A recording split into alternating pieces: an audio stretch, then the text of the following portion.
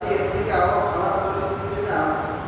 আমি যে অভাব অবস্থার মধ্যে আছি, এর থেকে আরো অভাব অবস্থার মানুষ আছে। আমি যে অসুস্থতার ভিতরে আছি, এর থেকে আরো অসুস্থতা বেশি মানুষ আছে। কথা বলা আছে না? এই দিকে যদি আল্লাহ রাসূল সাল্লাল্লাহু আলাইহি ওয়াসাল্লাম বলেন, উপরের দিকে নয়, তোমার থেকে নিম্ন যারা সর্বোচ্চ হলো তোমার সমমান যারা, এদের থেকে নজর করো, তাহলে আল্লাহ তাআলা শুকরিয়া আসবে। আর যদি আমাদের নজর উপরের দিকে থাকে, মানে ভালোর দিকে থাকে, স্বাবলম্বীর দিকে থাকে বেশি, তাহলে আল্লাহ তাআলা শুকরিয়া আদায় হবে না। আমি যেন পৃথিবীর মধ্যে সব থেকে অভাব, আমি যেন পৃথিবীর মধ্যে সব থেকে দুরস্ত, আমি যেন পৃথিবীর মধ্যে সব থেকে অভাবগ্রস্ত।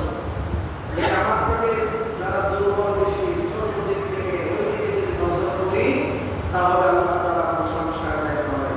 আমরা আমাদের প্রত্যেকের স্থান থেকে আল্লাহ তাআলার শুকরিয়া আদায় করি, আওয়াজ করে বলি আলহামদুলিল্লাহ। সম্মানিত মুহতারাম হাজিরিন, আল্লাহ রাব্বুল আলামিন আমাদেরকে পৃথিবীতে পাঠিয়েছেন একেবারে নিষ্পাপ অবস্থায়। আপনার আমার নামে একটা মাত্র গুনাহের অবকাশ পর্যন্ত ছিল না।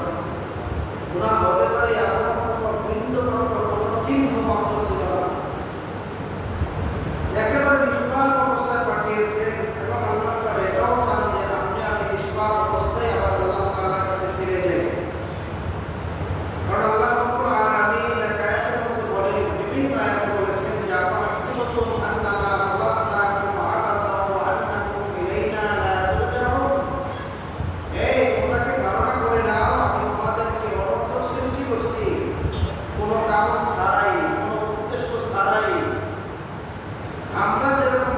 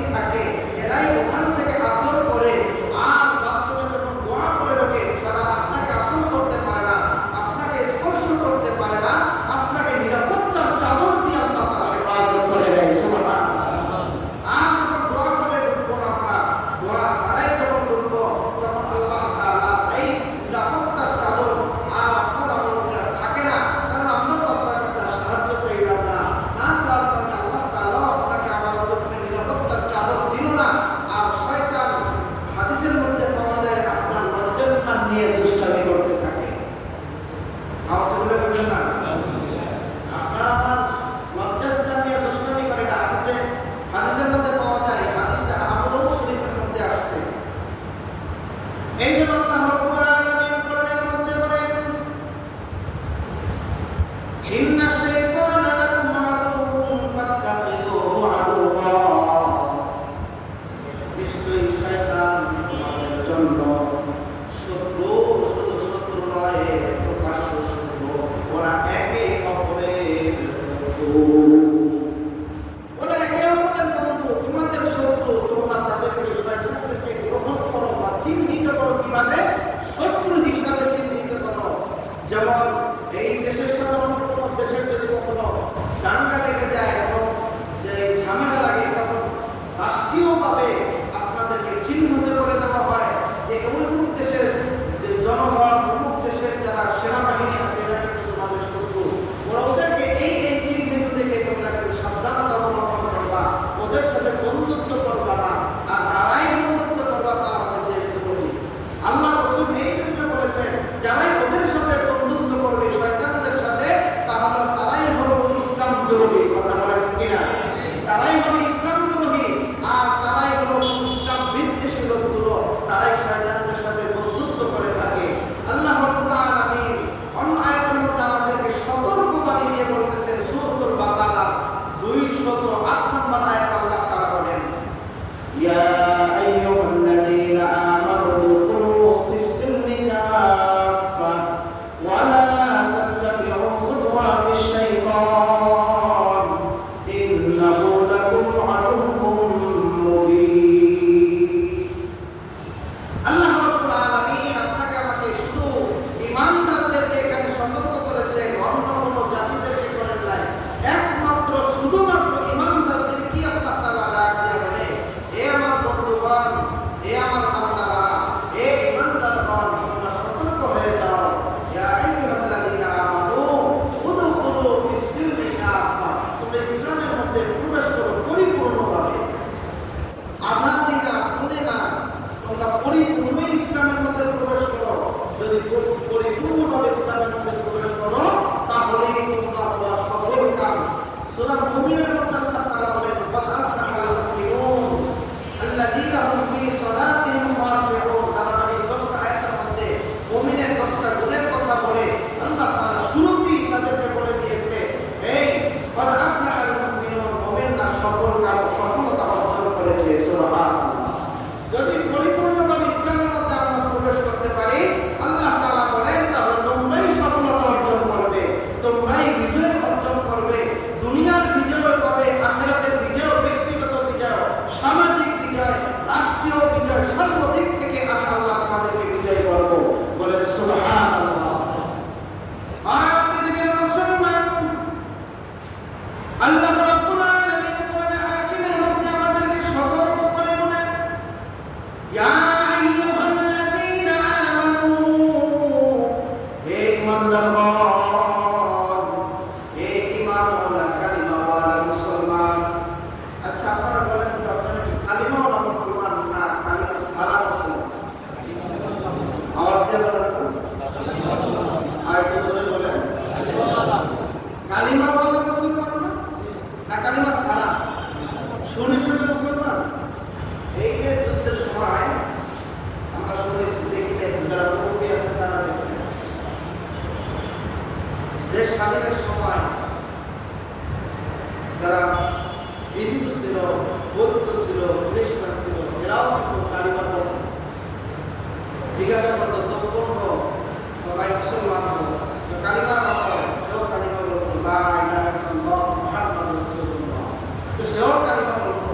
তো সে কালিমা বলতো মুখ থেকে, জবান থেকে না, সে কালিমা বলতো বাঁচার জন্য, কিন্তু সে আল্লাহ তাআলার কাছে নিরাপত্তার জন্য নয়। কথা বলে ঠিক না?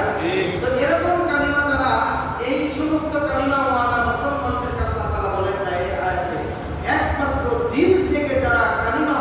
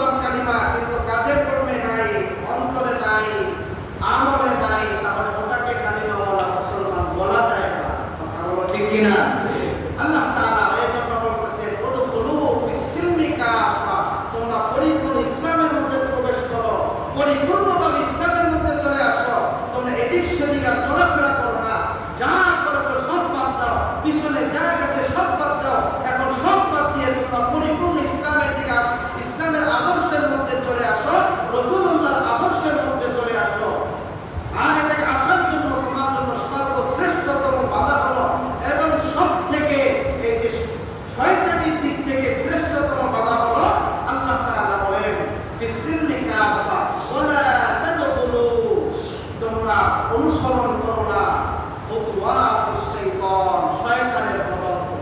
তোমরা শয়তানের অনুসরণ করো না, শয়তানি খেলায় অনুসরণ করো না, শয়তানের আদর্শে অনুসরণ করো না, শয়তানি কোনো কাজ অনুসরণ করো না, শয়তানের কোনো কর্মের মধ্যে তোমরা অনুসরণ করো না। যদি করো তাহলে তোমরা ধ্বংস হয়ে যাবে। কারণ আল্লাহ তাআলা এরপরে বলেন ইন্নাহু লাকুম আদুউম মুবিন। মুবিন হলে স্পষ্ট, সুস্পষ্ট, এর থেকে সুস্পষ্ট হওয়ার মতো আর কোনো কিছু থাকে না। দিবানিশির মতো সুস্পষ্ট। যেমন দিনটা বলে সূর্য উঠলে যেমন সব কিছু স্পষ্ট দেখা যায়, রাতের অন্ধকার কেটে যায়, রাতমানিশা অন্ধকার কেটে যায়, ঘুটঘুটে অন্ধকার কেটে যায়, যেরকম ভাবে সূর্যের আলো যেভাবে কেটে যায়, তুমি যদি শয়তানের পদাঙ্ক অনুসরণ করো তাহলে এটা স্পষ্টভাবে শুনে নাও। এর থেকে স্পষ্ট আর কিছু হতে পারে না যে তোমাকেই, একমাত্র তোমাকেই ওই শয়তান তোমাকে জাহান্নাম পর্যন্ত পৌঁছে নিয়ে ছাড়বে। রাতে আয়াতের ব্যাখ্যার মধ্যে আসছে পৃথিবীর মুসলমান আল্লাহ রাব্বুল আলামিন অন্য আয়াতের মধ্যে বলেন, এখন দেখেন ইসলামের মধ্যে প্রবেশ করার জন্য কি দরকার। আচ্ছা, আপনারা কি ইসলামের মধ্যে প্রবেশ করতে চান? ইসলামে প্রবেশ করতে চান না? হ্যাঁ, আদা আদি অল্প মন চায়, যখন মনে চায় তখন কি বলেন, যখন মনে চায় তখন ইসলামে আসবো, যখন মনে চায় তখন না। মন চায় জিন্দেগি নাকি? হ্যাঁ, আওয়াজ দিয়া বলেন, মন চায় জিন্দেগি না রব চায় জিন্দেগি? হ্যাঁ, এটা মুখের কথায় চলবে না, আমল দিয়ে দেখাইতে হবে আমি রব চাই, জিন্দেগি চাই। আমাদের অবস্থা এরকম হয়েছে, আমাদের পরিস্থিতি এমন দাঁড়িয়েছে যে একে অপরের সারা সপ্তাহের ভিতরে যদি নজর করে দেখি তাহলে আমাদের মনে হয় না যেন আমরা মন চাই জিন্দেগি চলি না রব চাই জিন্দেগি চলি, এইদিকে নজর করলেই পাওয়া যায়। মানুষটার ভিতরে দেখা যায় যদি রব চাই জিন্দেগি চলতে চায়, আজকের জুমায় যেরকম নামাজ পড়ে সারা সপ্তাহ এরকম নামাজ পড়বে, যদি রব চাই জিন্দেগি চায়। আর যদি রব চাই জিন্দেগি চায় তাহলে রমজান মাস যেভাবে তাকওয়া অবলম্বন করার চেষ্টা করে, গুনাহ থেকে বাঁচার চেষ্টা করে, গান বাজনা থেকে বাঁচার চেষ্টা করে, সর্বোপরি সকল প্রকার গুনাহ থেকে বাঁচার চেষ্টা করে, সারা বছর এরকম গুনাহ থেকে বাঁচার চেষ্টা করবে। ওইটা হলো রব চাই জিন্দেগি। এই জন্য আল্লাহ রাব্বুল আলামিন রব চাই জিন্দেগি কিভাবে চলবো এটার ব্যাপারে আল্লাহ তাআলা কোরআনের মধ্যে বলেন, সূরাতুল বাকারার 138 নম্বর আয়াত আল্লাহ তাআলা বলেন, সিবগাতাল্লাহ ওয়া মান আহসানু মিনাল্লাহি সিবগাতান ওয়া নাহনু লাহু। আল্লাহ রাব্বুল আলামিন বলেন সিবগাতাল্লাহ, তো আল্লাহর রঙে রঙিত হও। আল্লাহ যেভাবে বলেছে ওইভাবে তুমি তোমার পোশাক ধারণ করো, ওই রকমের তোমার আদর্শ ধারণ করো, ওই রকমের তুমি তোমার লেবাস পোশাক সর্ব দিক থেকে মাথা থেকে পাওয়া পর্যন্ত দেখলে মনে হয় যেন তুমি একজন রাসূলের আদর্শবান উম্মত। তোমাকে দেখলে মনে হয় যেন তুমি রাসূলের একজন আদর্শবান উম্মত, দেখলেই যেন মনে হয়। কিন্তু আমাদের এক একজনের চেহারা, এক একজনের শরীরের দিকে তাকাইলে অধিকাংশ মানুষের মধ্যে এই রাসূলের আদর্শ পাওয়া যায় না। আল্লাহ রঙে রঞ্জিত হওয়ার কথা যে বলেছেন এটা আর পাওয়া যায় না। সিবগাতাল্লাহ, আল্লাহ তাআলা বলেন তুমি আল্লাহর রঙে রঞ্জিত হও। আল্লাহর রঙে রঞ্জিত হওয়া কি রকমের?